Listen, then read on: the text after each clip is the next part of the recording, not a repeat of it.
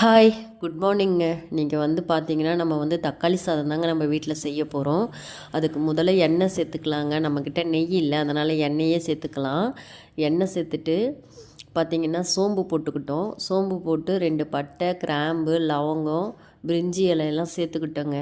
அது சேர்ந்து பொரிஞ்ச உடனே நம்ம வெங்காயத்தை போட்டு நல்லா வதக்கிக்கிட்டோங்க.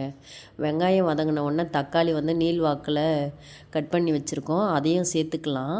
சேர்த்து கொஞ்சம் நல்லா எண்ணெய் பிரிஞ்சு வர அளவுக்கு நல்லா வதக்கிக்கலாங்க. வதங்கின உடனே காரத்துக்கு நம்ம வெறும் மிளகாத்தூள் சேர்த்துக்கலாங்க. மல்லித்தழையும் இருந்தது, அதையும் சேர்த்துக்கலாங்க. நம்ம பச்சை மிளகாய் சேர்க்கல, அதுக்கு பதிலாக தான் நம்ம 2 ஸ்பூன் சேர்த்துக்கிட்டோம் காரத்தூள். அப்புறம் பார்த்திங்கன்னா நம்ம இஞ்சி பூண்டு விழுது 1½ ஸ்பூன் சேர்த்துக்கலாங்க. அதை நல்லா சேர்த்து நல்லா பிரிஞ்சு வரணுங்க.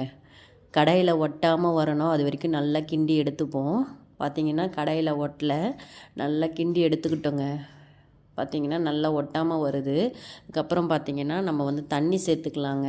நம்ம 1½ ஆழாக்கு அரிசி வச்சுருக்கோம், அதனால் 3 ஆழாக்கு தண்ணி ஊற்றிக்கிட்டேன். நம்ம சாப்பாட்டு அரிசி தான், நல்லா நின்று வேகுங்க. அதனால் சேர்த்தே கொஞ்சம் தண்ணி நான் ஒரு 1/4 டம்ளர் அதிகமாக வச்சுக்கிட்டேன்.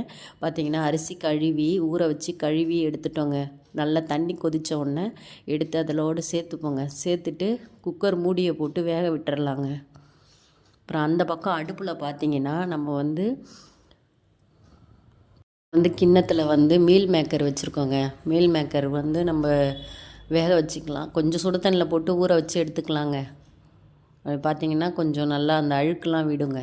அதை நல்லா போட்டு எடுத்துட்டு அதுக்கப்புறம் பார்த்திங்கன்னா நம்ம பஜ்ஜி மாவு இருக்குங்க இல்லையா, அதை நம்ம பெரட்டி எடுத்து கொஞ்சம் நேரம் ஊற வச்சு நம்ம ஒரு வாணலில் எண்ணெய் ஊற்றி நல்லா போட்டு எடுத்துக்கலாங்க. போட்டு நல்லா பொரித்து எடுத்துடலாங்க. பார்த்திங்கன்னா சாதம் ரெடி ஆகிடுச்சிங்க. எப்படி ஒட்டாமல் வந்திருக்கு பார்த்திங்களா, தக்காளி சாதம் ரெடிங்க.